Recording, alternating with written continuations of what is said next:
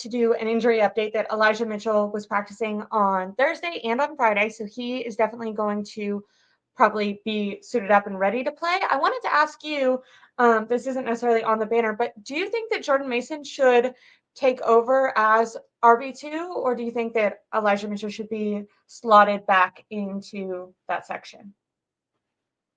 Yeah, I think when you talk about Jordan Mason and Elijah Mitchell, I think it's an interesting debate because I think fans, there are fans who certainly like Elijah Mitchell, another group of fans who have seen the emergence of Jordan Mason and are excited with what Jordan Mason brings to the table. But to me, for the 49ers and their running backs, the way that I see the situation is the reason that they've stuck with Elijah Mitchell despite his injury issues is one, he doesn't turn the football over. He's never committed a fumble in his entire career with with the 49ers, despite being a bell cow back in 2021 and now, being in his third season with the team, never committed a fumble. Two, also, I think they prefer him more on third downs compared to Jordan Mason, who is still working in that pass protection range.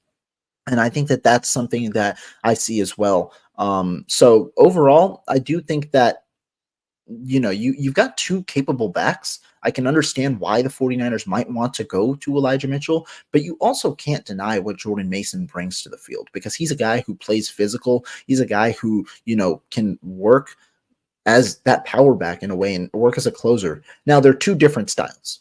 The 49ers style, which, if you're looking for more of a zone type of scheme, a scheme where Elijah Mitchell might be featured, that's where he's rolling. But if you want some of those power concepts, that's where Jordan Mason works well, where he can really bulldoze guys and really get 2-3 extra yards every time. And he's evolving, a little more as a receiver and things like that. I think the third down capabilities is really what kind of can sometimes limit his opportunities on the field. But the way that I look at it is I think the 49ers are just looking for running backs that can not replicate, but can take on that Christian McCaffrey role when McCaffrey goes off the field in being a two-dimensional option in the receiving game and also in the running game so that when you take him off the field, you don't lose a certain package of your offensive plays. I think whoever fits that role the best out of the backups is the one who sees the most time.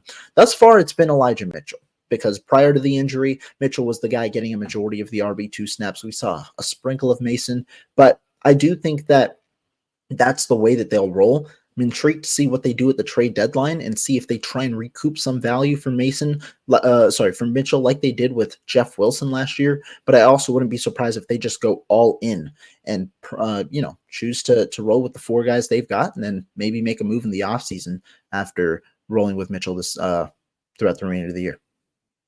Definitely.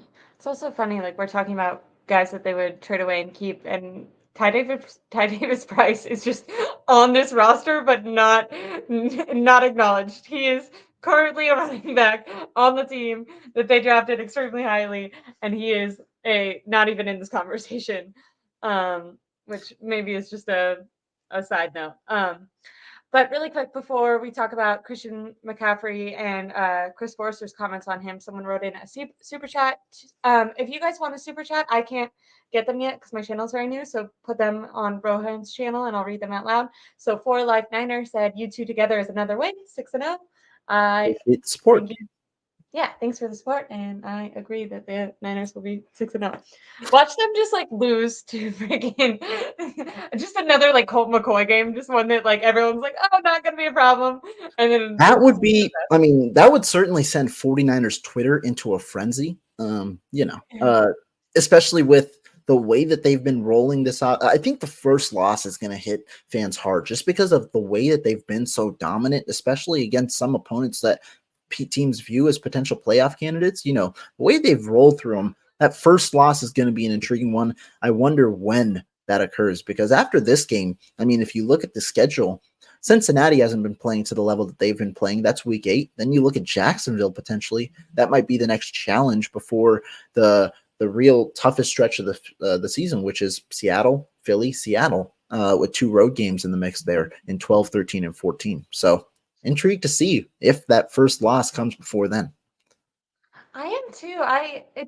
It's kind of funny you were saying the reaction from the fans is going to be interesting because I feel like as 49er fans and as like just speaking for myself that I've gotten kind of spoiled. I remember in the Cardinals game, it was like the one time they scored on every offensive possession but one.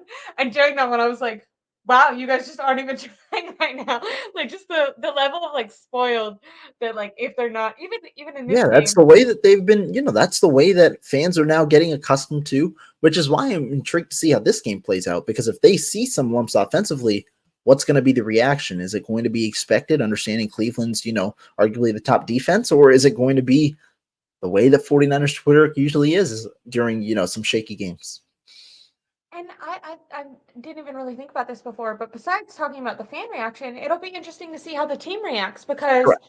I was Exactly. listening to George Kittle's interview on the Pat McAfee show earlier this week, and he was kind of talking about how he and the locker room feels like this team is like and this season is like a continuation of last year, and that they in their mind feel like they didn't even like basically they were robbed of their opportunity, which is why they feel like they've came in so um on fire or determined because they're kind of like we need to get that number 1 seed and then get back to the championship game and like prove to ourselves and the fans and the league that this is the team that we felt like we have been.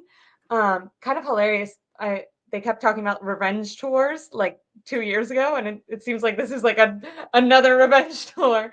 Um, but I am interested to see when that first loss comes, if it'll be more of one of those games where it's like a fluke. It just doesn't seem like this year they're playing down for their opponents. Like they're not like I don't think there'll be an emotional letdown. I think that they'll be getting up for every team that they want to. They seem extremely determined.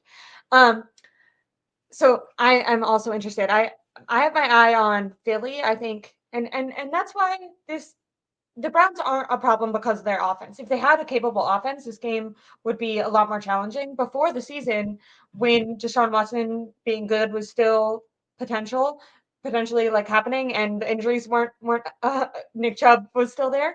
I thought that this game would have been a much harder or much tougher challenge, and it still will be because of the defense. But I'm just not counting on it being a loss. And I think that Philadelphia game, much like the Browns, they'll challenge them in the trenches, challenge that offensive line in a way that the 49ers haven't been challenged yet. And I think going after the quarterback, maybe instead of Christian McCaffrey, is the smartest way to attack this 49ers team